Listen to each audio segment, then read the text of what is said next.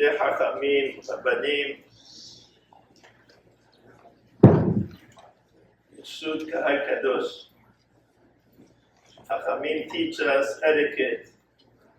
פותחים בכבוד אכסניה. You'll forgive me for my French accent. בכבוד אכסניה.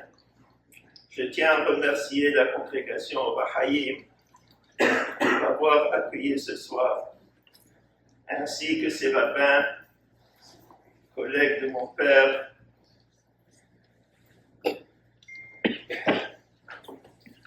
הזקן הכשר, חיקום המתקים וכולו מחמדים, רבי משה אוחנה שליטה. יוסי ידיד נפשי, הגאון הצדיק רבי מלכיאל עבד אל-חק שליטה. Son président, M. Marc Moyal, Shemihayo Vizakeo, ainsi que les membres du conseil administratif. Un grand merci également à M. Marc Dayan pour toute l'organisation. Tonight's evening is dedicated by Caroline and Yoni Patel, as well as Renee and Marty Lieberman, in loving memory of their parents. Also, Rifwa Shlema for Binyamin ben Simcha Biton and Mordechai ben Esther Levi.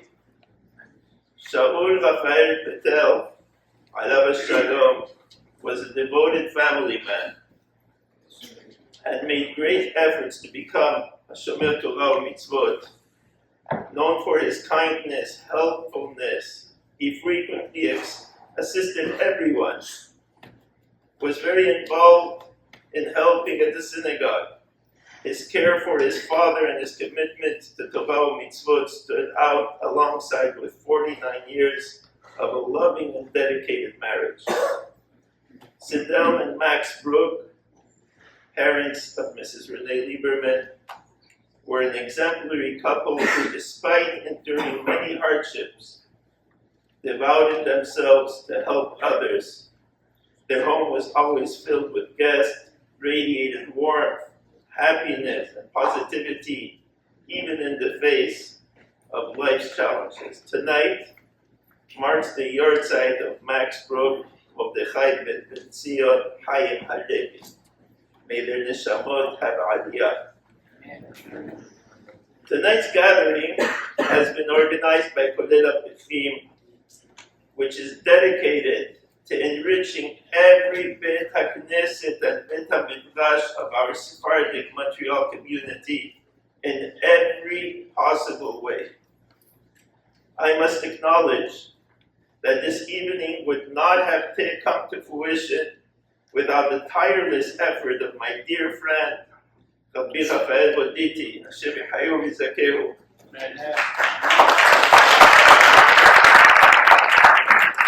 Though he would prefer not being in the spotlight, I extend my beracha to him and his family for abundant Tova Nachat, health, and prosperity. This year, the Jewish nation confronts profound challenges. War in Eretz Israel, rising anti-Semitism, displacements of family in the north and the south, drafting of Talmidei Chachamim, and the loss of brave Hayalei Israel. We really feel like a sheep between 70 wolves. Yet, amidst this turmoil, we witness countless miracles, often mistakenly attributed to our own intelligence and capability. A moment's reflection reveals that the circumstances we face yield no logical path to positive outcomes. The clear message is to place our faith in Hashem and Hashem alone.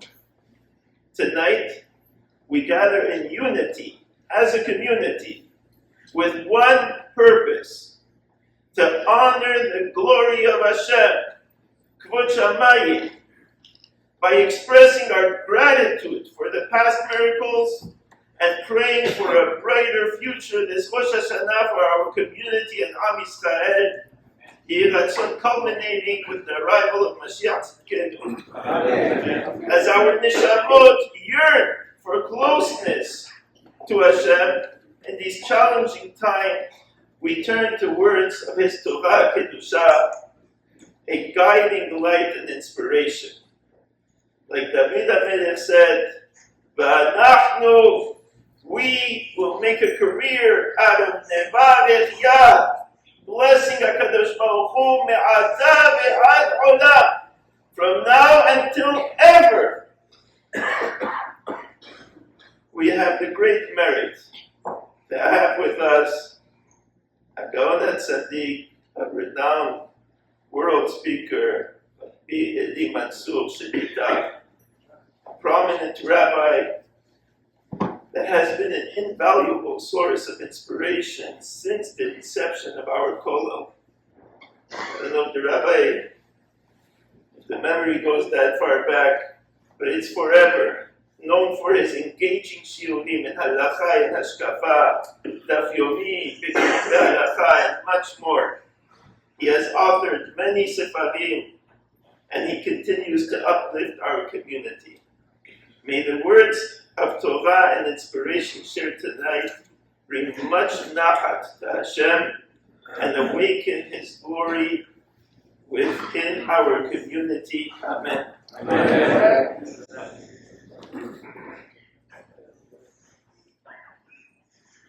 Hazak u'baruch, Rabbeinu Eliel Shalita,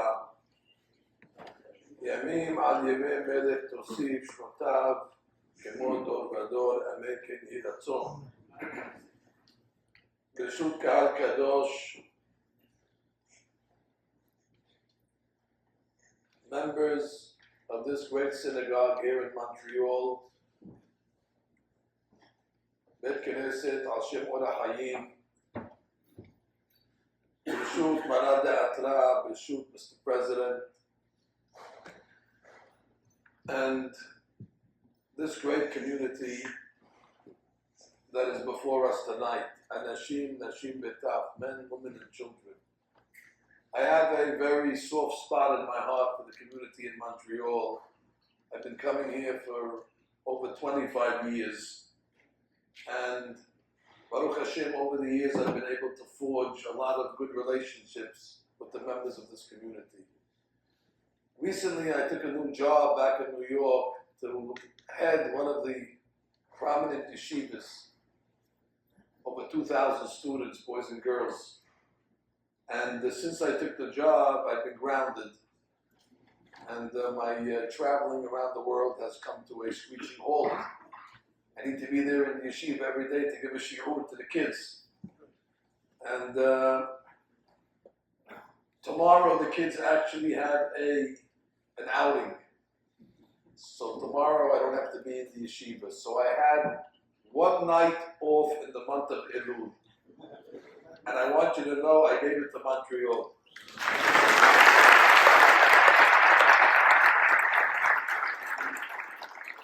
That should be an indication how much I love this community and how much admiration I have for this community. I truly feel at home amongst our own, the Sfaradim, our people. And therefore, Be'ezat Hashem, I hope that in the future years as well, I'll be able to steal some days off and spend some time with this Kal Kadosh. Amen. We are at a very pivotal time on the Jewish calendar. It's clear that my comments tonight will be directed to the preparation of Yamim Noraim, specifically Rosh Hashanah, Tafshin Peh, Shiavo Alenu Letova. Amen. I came to reveal tonight a great secret, and it is definitely worth your attention. What I'm going to talk about tonight is actually a prayer that we say every day. It is undoubtedly the most neglected of all the prayers, for the simple reason it finds itself right at the end of the tefillah. Most people already have taken off their talet and tefillin in Ubal Sion and don't even make it to the finish line. But even those that make it to the end, usually they recite this piece called Alinu L'Shabeya on the way out. For that reason, it has been dubbed Tefilat HaDerech. But don't make no mistake about it. The neglect that we give to this prayer is by no way or by no means indicative of its high value. It was authored by none other than Yoshua ben Nun. That means it's one of the oldest tefillot that we have on record. It dates back 3,500 years. When you talk about something that's vintage and something that's authentic.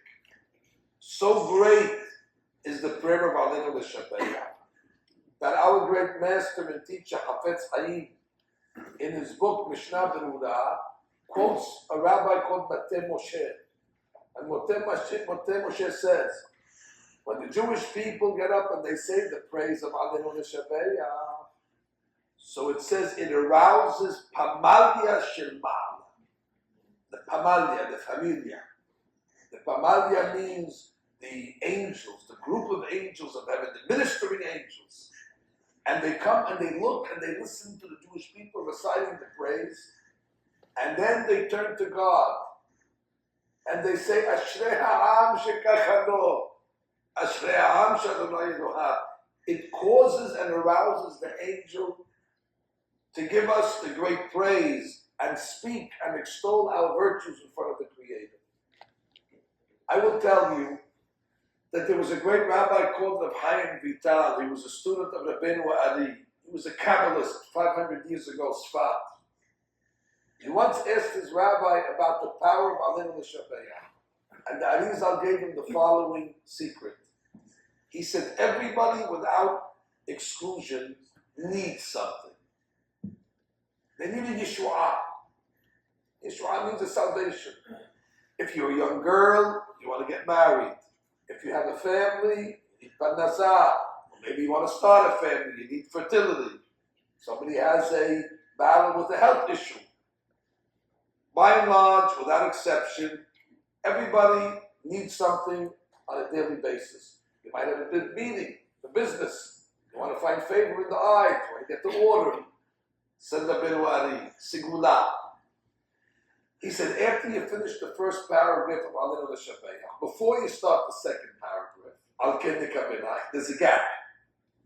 At that moment, you should meditate the item that you're seeking from God and ponder it for a few moments and then continue. He says the success rate on such a meditation, he says, is Baduk Nuseh. Baduk Nuseh means it is tried and tested. That means you can take it to the bank. So look how valuable this prayer is. It arouses the angels. It has the ability to give us Yeshuot. Furthermore, if anybody doubts, what is it doing at the end? The Kabbalah writes, why is it at the end of the Tefillah? It's so important, we should put it front and center, put it right in the beginning. The holy books write that at the end of the prayers, our tefillot now start to rise up to heaven. But there's sabotage. The kilipot, the negative energies try to latch onto the tefillot. When we say Alinu L'Shabeya, it seals our tefillot in what's called an or makif. That's a surround light. And when that surround light dresses and covers our tefillot, it becomes protected from any of the negative energies. Without Alinu L'Shabeya, our tefillot cannot go up. They'll be hijacked on the way. It is the Alinu L'Shabeya that ensures the tefillot to reach their destination. So it's important. Maybe that's why it finds itself in the most important Amidah of the year. For sure the longest Amidah. That's the Musaf of Rosh Hashanah. Musaf of Rosh Hashanah, that's the Musaf where we have shofar, according to our custom, not only in the silent Amidah, but even in the repetition. Arguably the most important Amidah of the year. And if you look at the center of that Amidah, all of a sudden you'll find Aleinu L'Shabayach. That indicates to me that that's its place. On Rosh Hashanah, Aleinu L'Shabayach, he's so humble, like a rabbi that's humble. He always sits in the back row.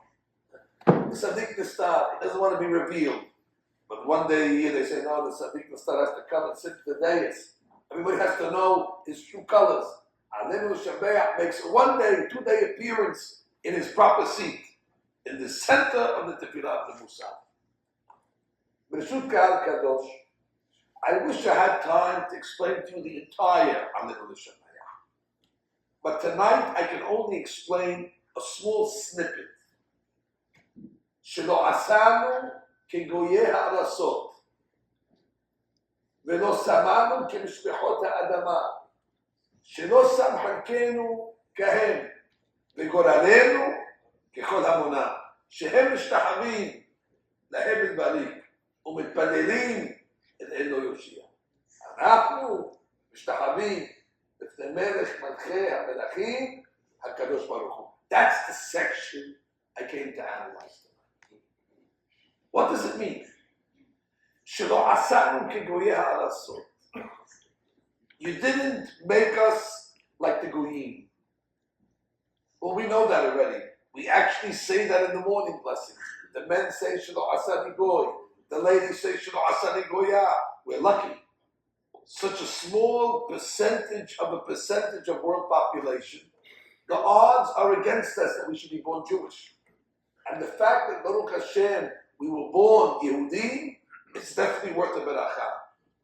But I don't think that that's what it means when we say, Shelo asanu ki goyei ha'alatzot. That already we took care of in the morning blessings. I think there's a deeper interpretation. But in order to understand it, what makes us different? Shelo asanu. We're not like them. I think we can derive it from something that we read in this week's Parashah. I'm sure you have the same custom as we have back in Brooklyn. When we read Parashat Ki Tavo, the majority of the Parashah are kilalot. Graphic, gory, catastrophic curses. Curses you wouldn't wish on your worst enemy. And we read it in a low murmur. We don't want to scare the congregation. If we would read Parashat Ki Tavo out loud, we probably wouldn't get a minyan to Mitzvahim Bayel. We would scare the people, they don't want to come back to shul. So we read it low. And of course, nobody wants to get that aliyah.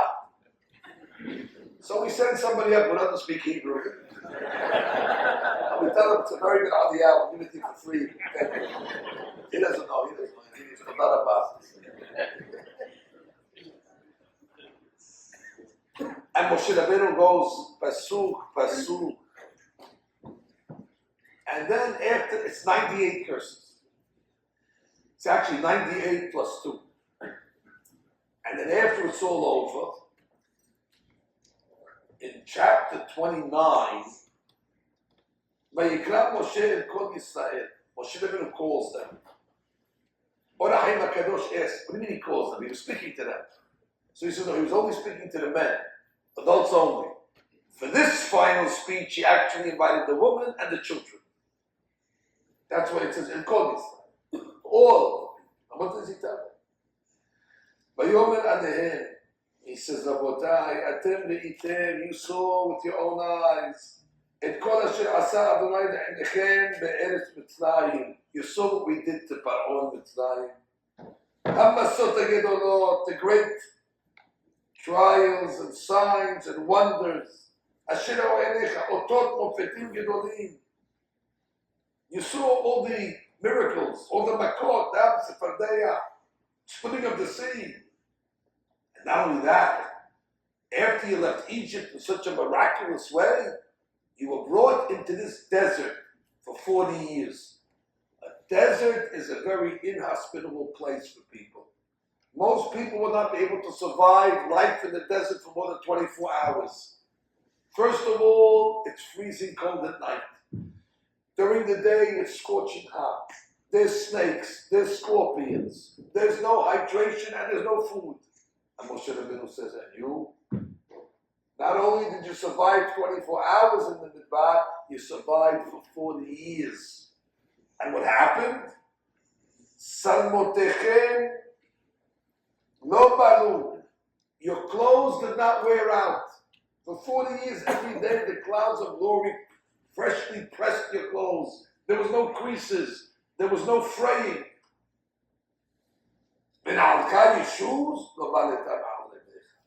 Your shoes did not wear out as well. They remained polished and buffed and shined. You didn't eat bread. You didn't need to drink wine. You had the well of Miriam and you had the man. I'm not asking a simple question. What is Moshe Rabbeinu doing over here? You just gave them the kilalot. We got the point. Now what does he have to remind them? Rabotai, you were in Egypt. Hadush, we know we were in Egypt. By the way, we have the whole book of Shemot that tells us that. You're telling us something we don't know? Oh, and you were in the Midbar for 40 years. We lived it. What are you telling us? And you ate man, and you had your clothes. Hadush, Beshita, Mekarash Malan. What are you telling us, Moshe? And why are you telling us the obvious at this point? In order to understand this, I need to bring to your attention this Gemara. It's a Gemara in Ketubot on page 66. It's one of the classics. Tana Banan. Maaseh Rabban Yohanan ben Zakkai, a story about great chief rabbi, Rabban Yohanan ben Zakkai. Hayah Rochem al Hamor. He was riding on the donkey. Hayah Yotzeh Yerushalayim, he was leaving Jerusalem. Hayim Talmidav Mehalchin Acharav, and he had an entourage of students. Ra'ad Riba Achat, he saw a riba. What's a riba? A lady. שהייתה מלקטת שעורים. She was on the floor and she was collecting barley. Pieces of barley. That means she was a destitute woman. She was desperate. She was starving. She needed to eat. So she had no choice but to go and collect the little stalks of wheat, of barley. From where? Pardon me, but the Gemara says, "Miben gelele behemtan shel Arabim." Pardon me, Rabotai. She went to the Arabs, where they have their animals, and the animals, forgive me, have their excrement, their dung, and she went into the dung of the animals of the Arabs, and she started to pick maybe some undigested barley. Did you ever hear of somebody so desperate, somebody so needy? It made an impression on the chief rabbi. Kivan shira'ata oto, when she saw the rabbi. Nit'atefa b'sa'ara, look at Tzaddik, she covered her head. Even such a lady in such dire straits, when she saw the rabbi, she had enough ethics and moral decency, she covered her hair. She doesn't want to be uncovered in front of the Rav. And she stands in front of the Rav and she says, Rabbi, Paneseni, support me, give me something to eat. Amarna bat bi'at. Who are you? Who's your father? Amrano bat Nakdimon ben Gurion ani. I am the daughter of Nakdimon ben Gurion. You have to know what that means. Nakdimon ben Gurion, in our history, was considered one of the wealthiest Jews that ever lived. I don't know how to compare it in the modern world. Today they would say he was a Rothschild, a Reichman. Wealthy family, mega wealthy family. Like the moment Gurion would be able to underwrite the entire Jewish nation. And she's the daughter. and says, Biti, my daughter, Mamon shel bet abicha hechat halach. Where's all your father's money? How is it possible that it reached this level? It's not for tonight's talk, but she has an answer. She knows the reason why her father lost all his money. I'll just say it in passing because I think the committee will appreciate it. She says, yeah, he had a lot of money, but he didn't give enough charity. According to his wealth, percentage-wise, he didn't give enough. And we all know that charity preserves the principle. And if you don't give charity, the principle decays. And that's it. He had it, but he didn't give it away according to his level.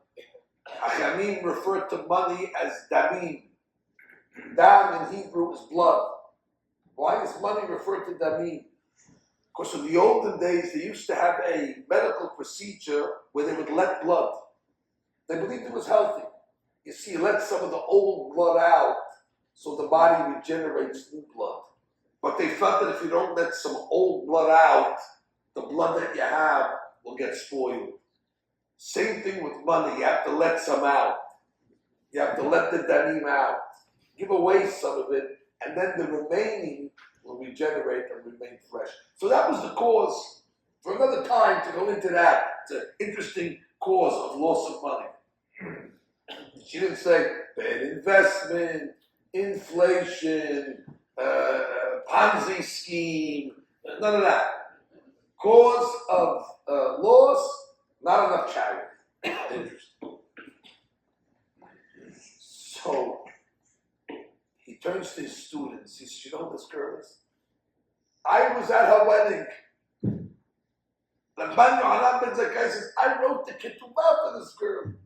And you know how much the ketubah was? 1 million gold coins. That's how much money they had. They were willing to guarantee the couple 1 million gold coins. And now, look what she's doing.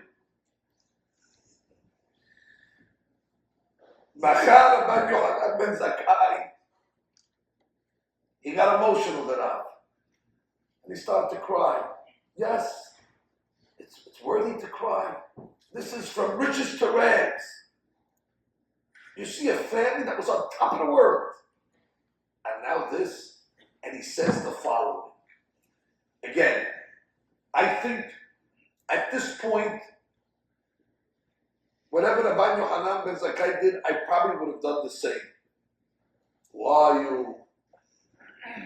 I remember your father. Why did you lose the money? All logical. And I probably would have cried also. But it is this point where Rabbi Yohanan surprises us with what comes out of his mouth. What would I have said? I would have said, God should recover your losses. You should have parnasah, shana tova. And your rabbis give berachot. Instead, Rabbi Yohanan says, Amar, Ashrechem Yisrael.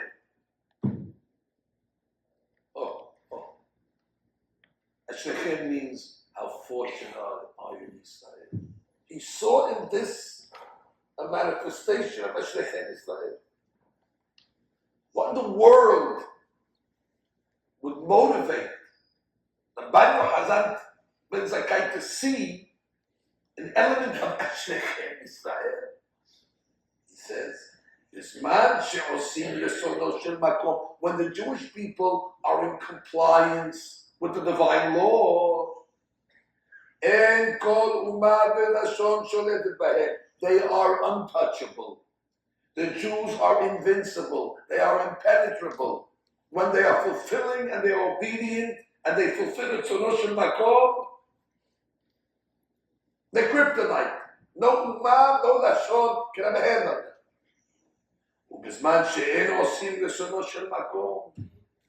But when they are in contempt of the divine order,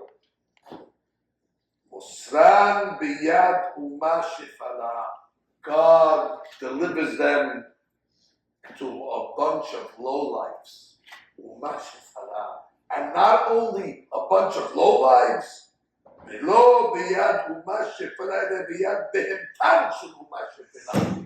to the animals of lowlifes. The Ban Yohanan ben Zakkai saw the extremes. He saw a certain irregularity about the Jewish people.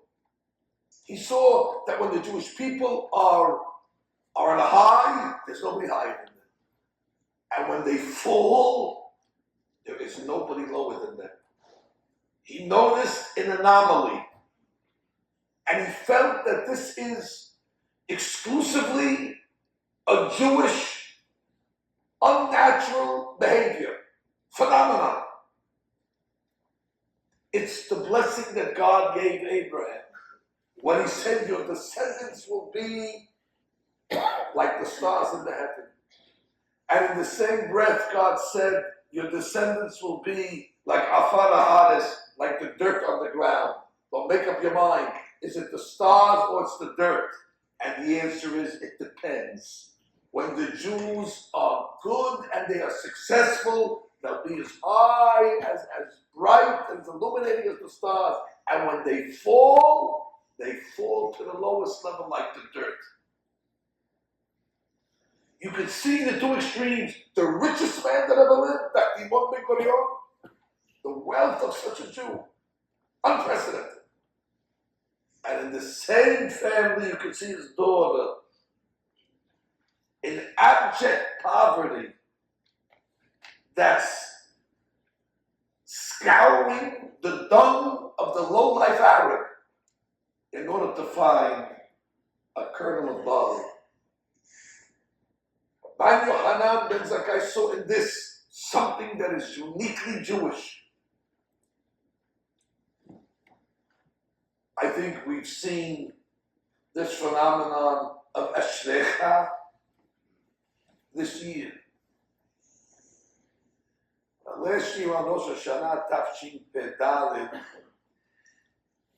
I think we all knew that something not good was going to happen when we didn't hear the shofar on the first day. That's what happens when you don't blow shofar. Last year Rosh Hashanah was on Shabbat. And the Gemara in history has proven that on years that there's no shofar, the Jewish people are handicapped. We're lacking a certain energy, and it didn't take more than 2 weeks later to find out exactly what type of year it was going to be. Simchat Torah. I say Simchat Torah incidentally, although the secularists call it October 7th. We have a name for that day. It's called Simchat Torah. I mean, I'm not against calling it September 11th. That's their day. It's American. But that day is Simchat Torah. And look, our nation, unfortunately, is going through what we call Yeridat Dorot. There's a decline amongst the generations. You know, there was a event that happened on Yom Kippur 1973. That's the Yom Kippur War. You know which day the Yom Kippur broke out? October 6th, 1973. Nobody says October 6th. They say Yom Kippur. 50 years ago, you called it what it was. It's Yom Kippur. 50 years later, Simchat Torah becomes October 7th. That's just some commentary. And on that day,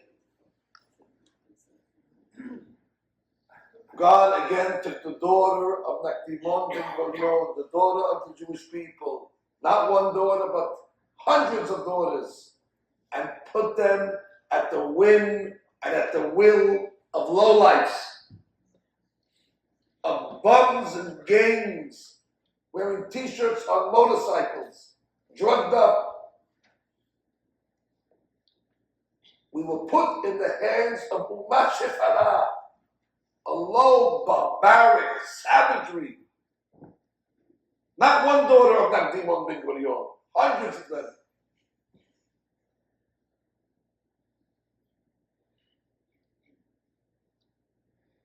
Unprecedented. A nation, a country, to be attacked like this.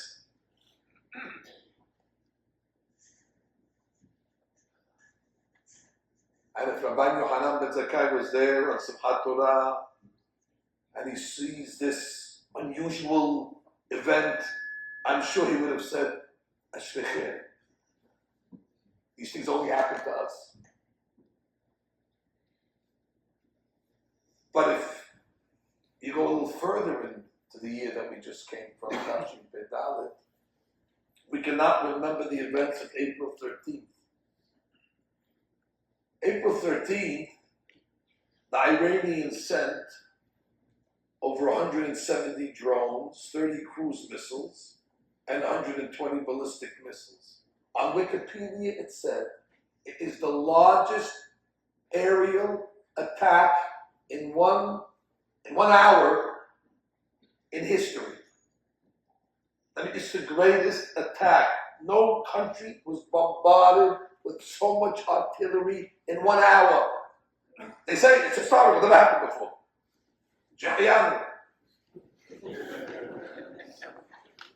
And then they say, and 99.9% of them were blown out of the sky. Basically, no damage. Little, if any, no casualties. You see the Jewish people. In the same year, you have on October 7th, Umashif Halah, in the hands of the lowlives, and then all of a sudden you see an historical event. Israel. That's the Jewish people. And you don't have to go to April 13th. You just have to go to the events of last week, September 14th and 15th of this month, of this last week. When Nasrallah forgot to tell his people to shut off the self-destruct mode on their phone. And all of a sudden, we're witnessing over here something that even the greatest analysts and the greatest military people and the greatest strategists, whether it's from Scotland Yard or the FBI, we never saw such a thing. We never saw such a thing. It's like Lehavdil, because we don't want to compare miracles, but it's like a modern day Makat Bechorot. At the strike of midnight, all of a sudden,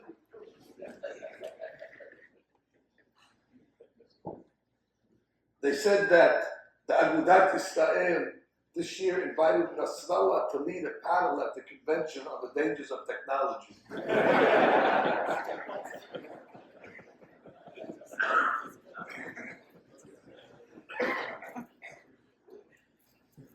So you see, in 1 year, like a roller coaster.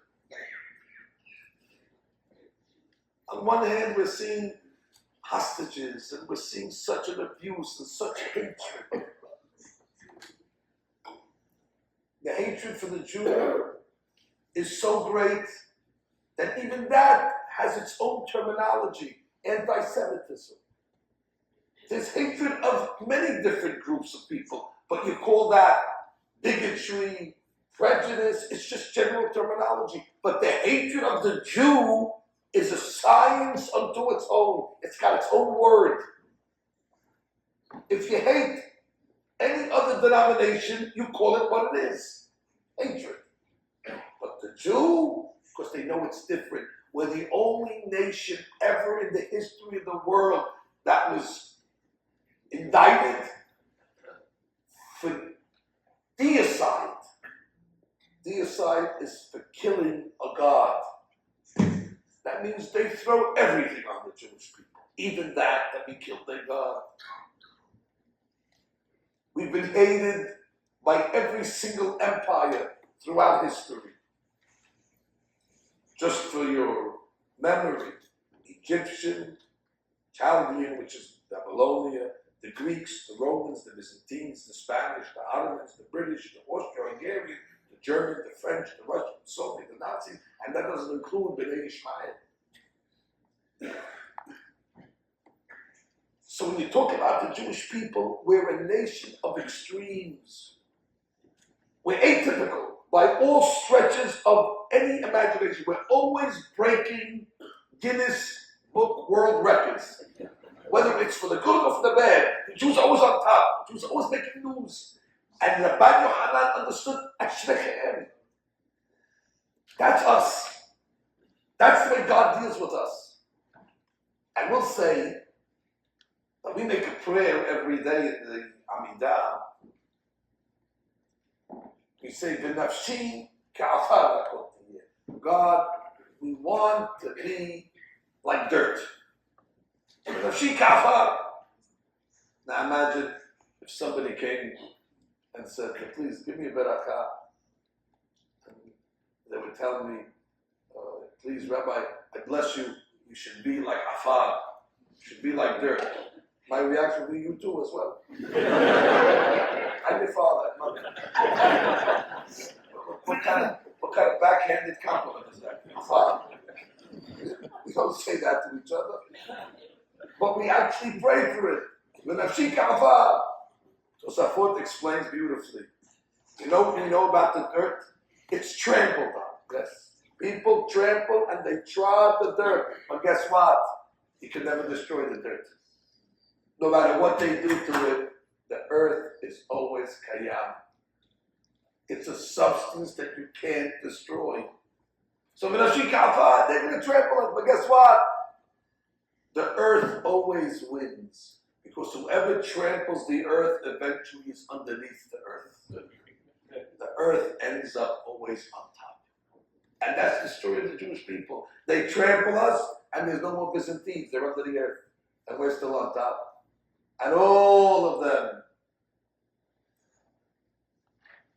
And that might explain what Moshe Rabbeinu was doing after the curses. When the Jewish people heard the Sah Kilalot, they said, my gosh, no nation has ever been threatened with such types of curses. It's beyond even the imagination. So Moshe Rabbeinu had to say, yes, you heard about the curses, but you have to remember, what happened to you in Egypt also was unprecedented. What happened to you in the Midbar for 40 years, that's the way God deals with us. It's extremes. When we're fulfilling the divine will, there's Mitzrayim, there's Dam Sefardeya, Kinim, Aron, beepers blowing up, laptops blowing, all that stuff happens. When we're fulfilling the divine will, you could have the leader of Hamas in a fortified building in Iran, a military building, the safest place, and a precision bomb. He didn't say Kriyat Shema L'Mitah. Learn a lesson. Boom. And God. Such a precision strike. See, we're watching this. Who else, which other nation can write such stories? And then Moshe Rabbeinu had to show them the other side. It's that shrechet. When you're not fulfilling the Tzoro Shel Makom, the 98 curses. When you're fulfilling the Tzoro Shel Makom, Yetziat Mitzrayim, Dor HaMidbar, Man, Be'er Miriam. I think that's what it means when we say in Alelu L'Shabeach, Shelo Asanu Kegoyeh Ha'aratzot. We're not like them. When you see the extreme nature of the Jewish people, when you see how extraordinary, when you see this aberration, how uncommon it is, that's the biggest proof that God's dealing with us. Some people have a reverse reaction. When they finished with the Holocaust, and we don't judge the people that survived the Holocaust, a lot of them said, where was God? But the Bible says, on the contrary, when you see something that is so bad and so terrible that no nation ever endured such a thing, that's the biggest indication. It had to be an act of God. The insurance companies love the Jewish people because no matter what happens, they'll always say, act of God. They'll never have to make one payment. Because it's true. You scratch your head and say, wow, it's amazing. There's no precedent. And that's the strongest indication that it's Hashem running the world. especially the Jewish people's destiny. Our destiny is different than others. And it manifests itself on Simchat Torah, and it manifests itself on April 13th. It manifests itself on Simchat Torah and September 14th and 15th. You see both. It manifests itself in the Sach Kelalot and in Yetziat Mitzrayim and Dora Midbar.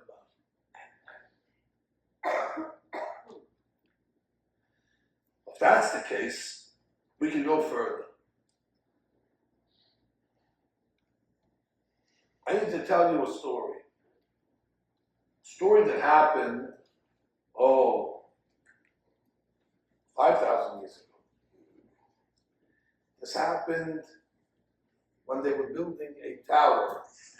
The first skyscraper wasn't in Manhattan. It was a tower of Babel. And a bunch of contractors got together and they decided to build this building, and they're going to scale it, and they're going to fight God. At that point, God mixed up their languages, Babel, Melashon, Bilbul. And now all of a sudden you had 70 contractors that started to speak different languages, and it was at that point that God decided to create the 70 nations of the world. That's what had happened. That's the inception.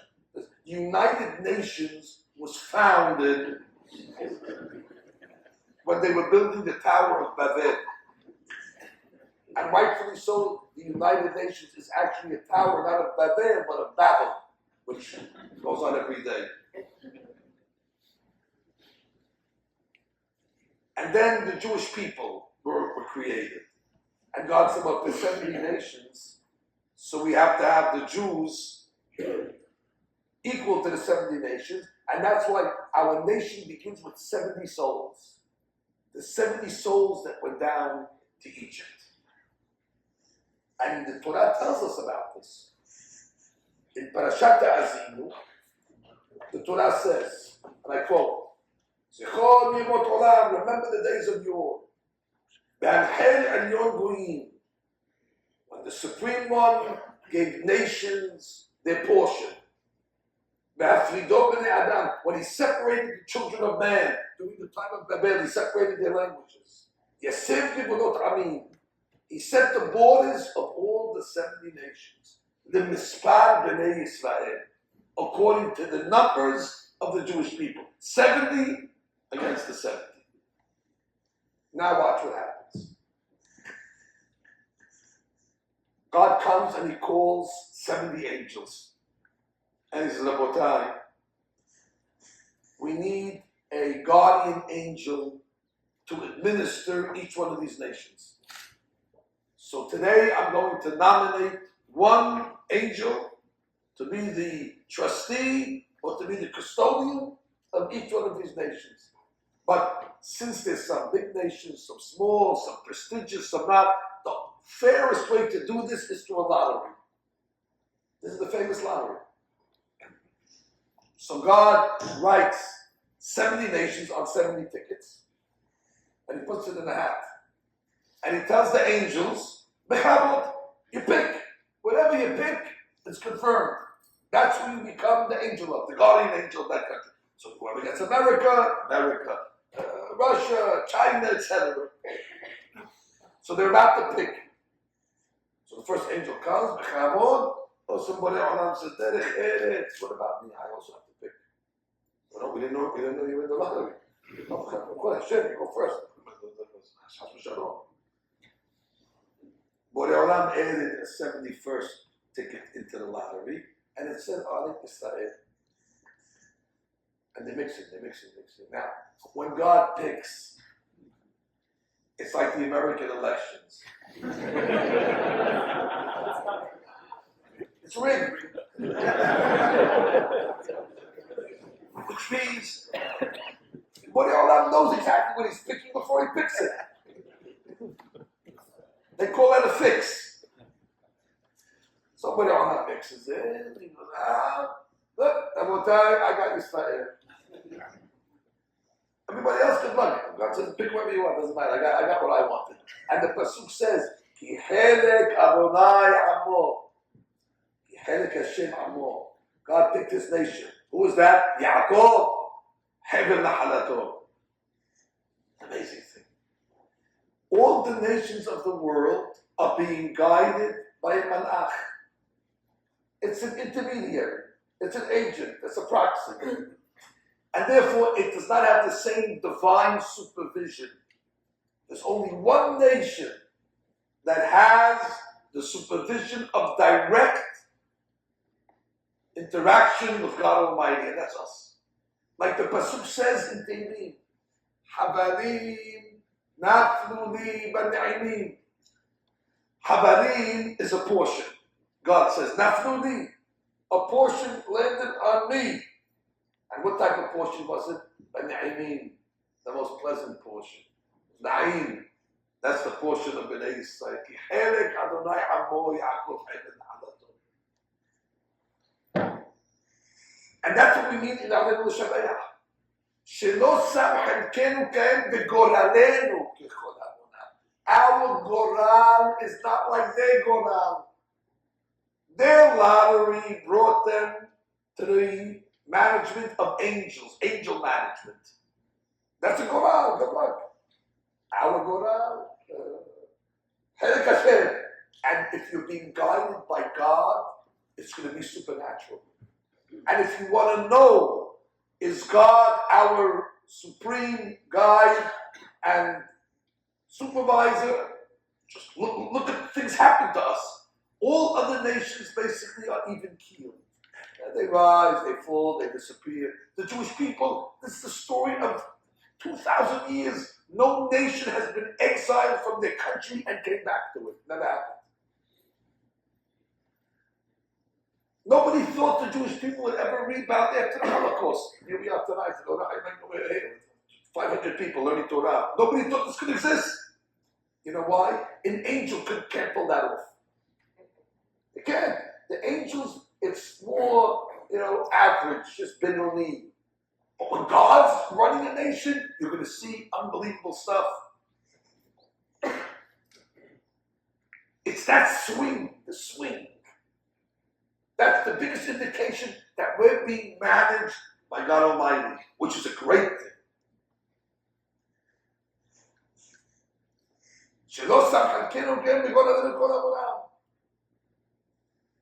But here's the problem. And what I'm telling you now comes from a great rabbi called Rav Shlomo Kluger. Oh, he says a big hitush. Says something happens every year this time of year, end of Elul, end of Rosh Hashanah, stirrings in heaven. The 70 nations, the 70 angels come to God and they say, we want to have another lottery. We call that a do-over. Listen, it's not fair. We got stuck with it. It's not fair. We want to do it again. And we want to see maybe the dice will roll different. Maybe we'll come up with something. And they demand a recount. They demand another election. They demand a redo of the lottery. He says this happens every year.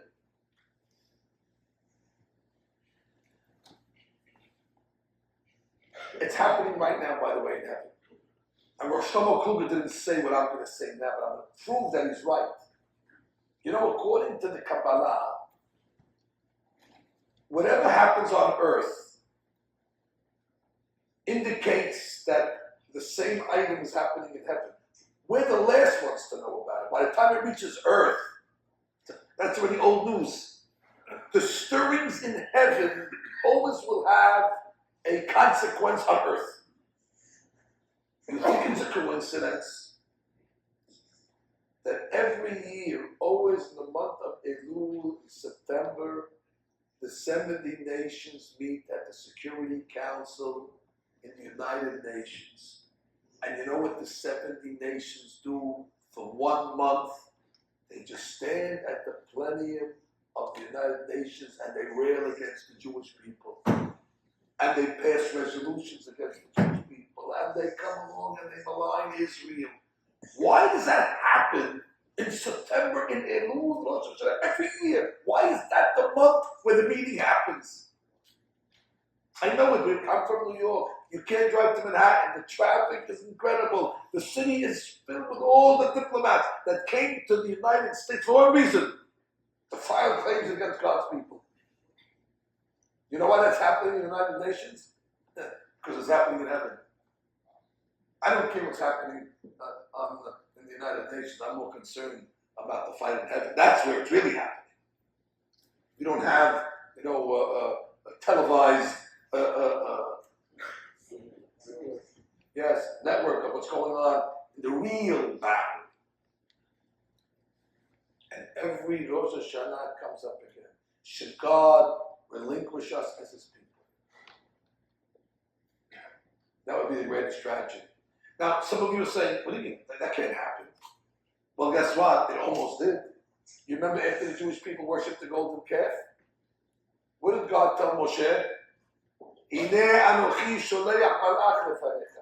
I quit. You have an angel now, guardian angel. It happened. Borei Olam said, I had enough of that. Why should I give them this perk of dealing with them directly? Let them be like everybody else. They behave like everybody else. And what Moshe Rabbeinu would say to God? If you don't come and take your job back, don't take us into the land. We're not going. And Moshe Rabbeinu negotiated very strongly, and Borei Olam tried. But guess what? Every year this happens.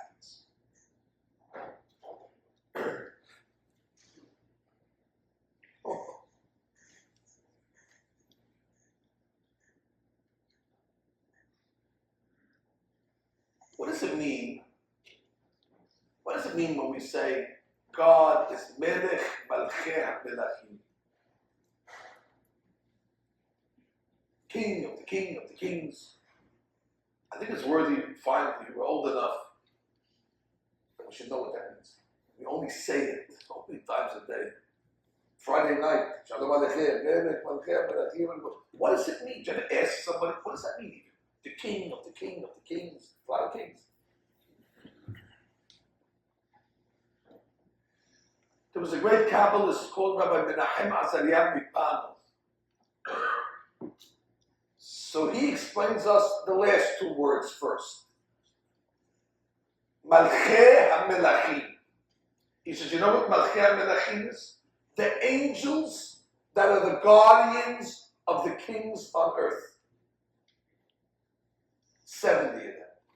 They are called Malchei HaMelachim. Malchei HaMelachim is like Malachei HaMelachim. The angels that are the custodians of the kings. The king of England, the king of America, the king of China, 70 kings. Incidentally, 35 European and 35 Arab. That's the divide. God is Melech. God is the king on top of all those angels of the kings on earth. Because God also has a ticket. God's ticket is us. And then he's on top, because the Jewish people are on top. So God's the Melech, and then you have the Malacheh, and all of them have something in common. Melachim, they are the custodians of the Melachim. God, us, and the 70 of everybody else. That's what it means. When you say those words, Melech, Malchei, Melachim, you're actually coming along to say this truth, that it is us and God that have this unique connection. We are to Him and He is to us.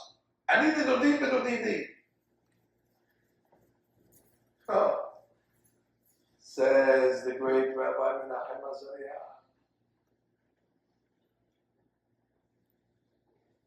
Shlomo Kluger, that every Rosh Hashanah it's up for grabs again. And when is it decided?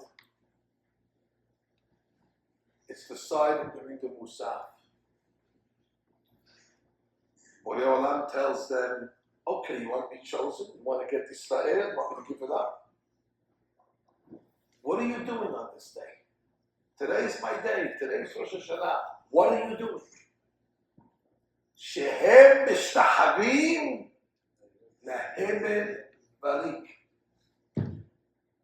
God turns to the 35 Arab nations. When you bow to heaven, the Mikubalim say heaven is he, bet, label. The Arabs pray 5 times a day. That's the he. The bet is the 2 holidays that they have. Eid al-Kabir and Eid al-Zahir.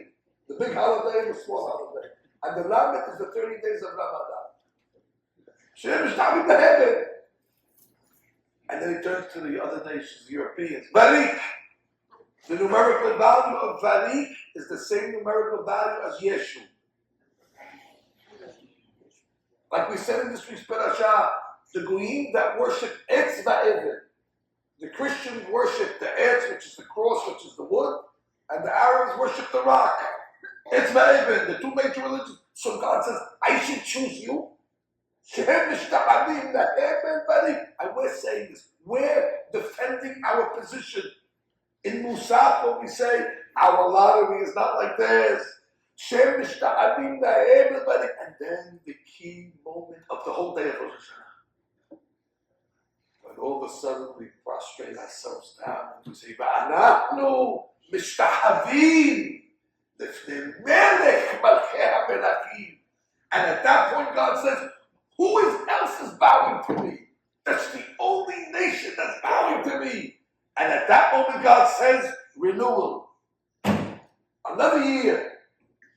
It is the most pivotal moment of the holiday. When we bow in the Musaf, that's when we are signing another contract with God for the coming year. Why? God, I should choose you. Look what you're doing. We say, and that triggers God to say, and it happens every year. Even if you don't have Kavanah Alim Shabayach during the 363 days of the year. At least 2 days of the year in Musaf.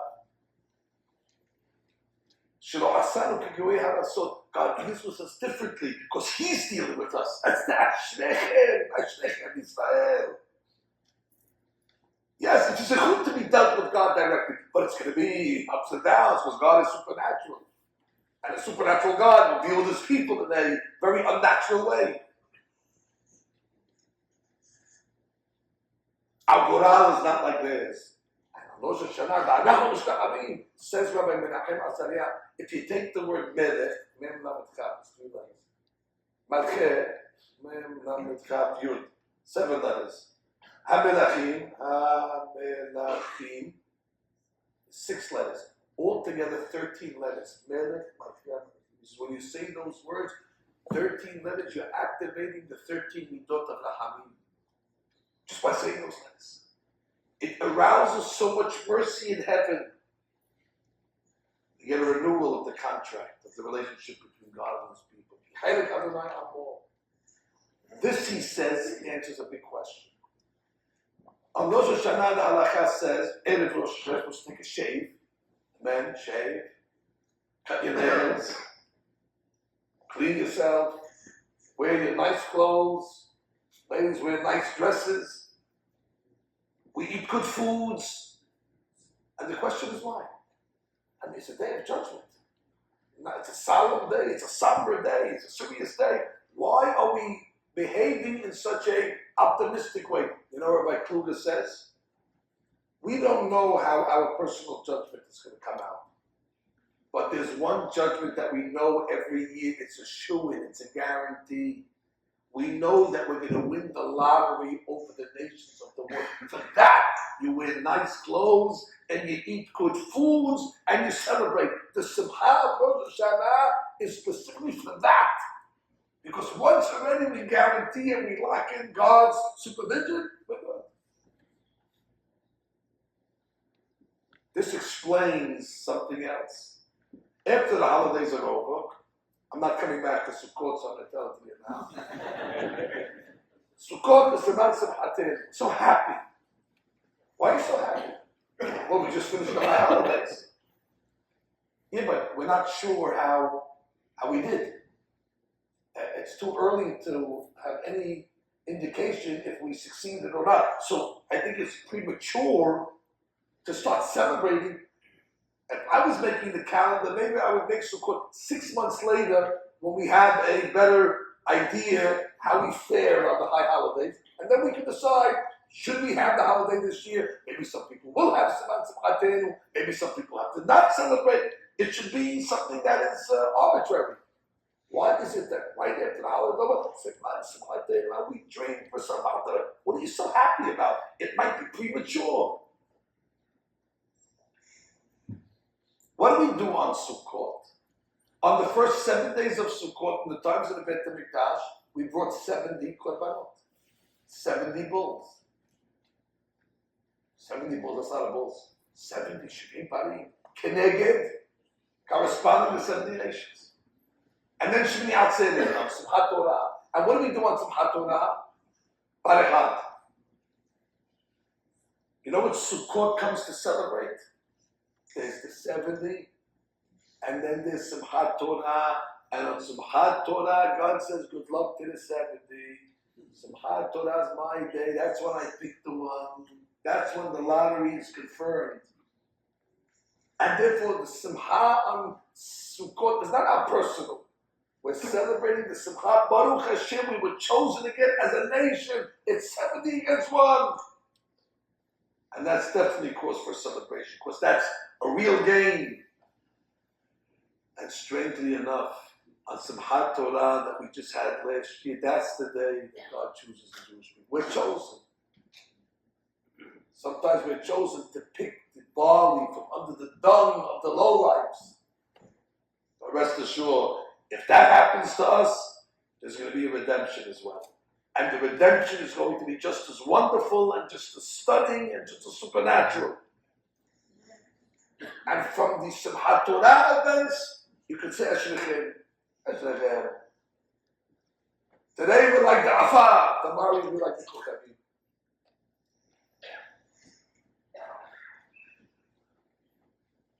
And who knows, maybe this year with the shofar, the secret weapon that we didn't have last year. It's the only ingredient that was missing.